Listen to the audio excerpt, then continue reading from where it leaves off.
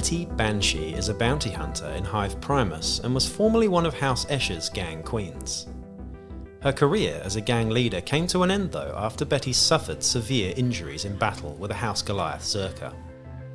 While she was able to kill the Goliath, Betty lost her throat and most of her lower jaw in the fight. She survived her wounds but left her gang afterwards and had a mess of Vox outputs implanted in her throat. The Vox outputs allow Betty to emit a loud screech, which she uses, along with her twin power swords, as a bounty hunter. She also still has ties to her house, and Betty will work with any Escher gang that can afford to hire her. Good day and welcome back to Wellywood Wargaming. My name is Damon, and in this series we'll be exploring all of the colourful characters and dramatis personae, hired guns, etc. in the game of Necromunda. This one is a super awesome one, of course, but before we get into it, please do like, share, subscribe and comment down below to get those algorithms popping off, and support me on Patreon as well if you'd like to directly support me and keep me doing these videos as well, because it does take up an awful lot of my time. Anyway, without further ado, let's have a look at Betty Banshee. Terrible name, I have to admit, but I do quite like this character. Now this one is Escher only, so you can only use her as a hired gun, at least, in an Escher gang. Now it doesn't say whether she is an outlaw or not. I don't think she's an outlaw, a hired gun, but you could also use her as a leader in an outcast gang. I keep reiterating this with these videos. It's kind of my thoughts behind all of these hired guns is, would they be good as an outcast leader? This one definitely would. She's pretty awesome.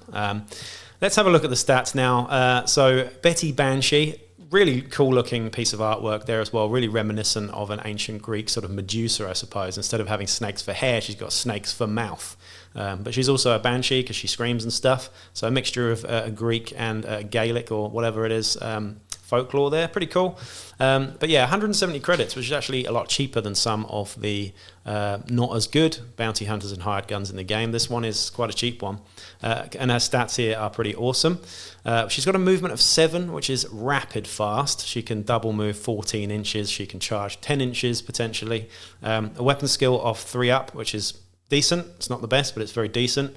A ballistic skill of 4 up, but that's fine because she doesn't have any shooty weapons. She got strength 4 though, which is pretty cool, and toughness 3. Wounds 2, initiative 2 up, of course, because she's an Escher, and 3 attacks. A leadership of 8, cool of 7, willpower 6, and intelligence 7. So great willpower there. Just good stats all round, really. Sure, she hasn't got the best ballistic skill, and her toughness is only 3. So she's not a Death Maiden because she's got strength 4, but not toughness 4. So she's kind of the other way around to a Death Maiden, but she's super fast. Similar to a Death Maiden in how you use her though, in that she is an absolute powerhouse in close combat. Now, skills, she comes with the parry skill, which if you don't have a sword or whatever, it just gives you an ability to force your opponent to re-roll one of their dice in close combat, one of their hits, which is pretty handy, especially when you team it with 2 twin power swords, custom power swords, meaning that she's got 3 parries. So if you ever do survive combat with this chick, after all the special rules that kick in as well, she can parry you 3 times in one close combat action, which is really, really good. That's all she's got. Other than that, it's just mesh armor, so a 5-up save there. But she has a special rule here, which is pretty awesome. She has Banshee's Wail. Other fighters activating within 6 inches must pass a willpower test or can only take a single action during that activation. So if someone's nearby and they want to charge you, they've got to pass a willpower test to do so. But just anyone within 6 inches has to do this willpower check. Pretty cool.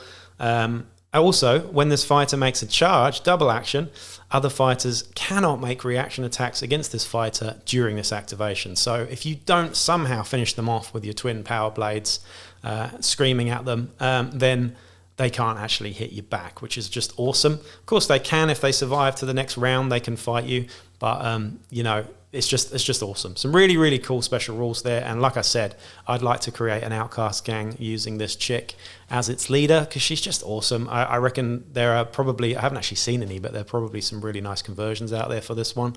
I might have to do one myself.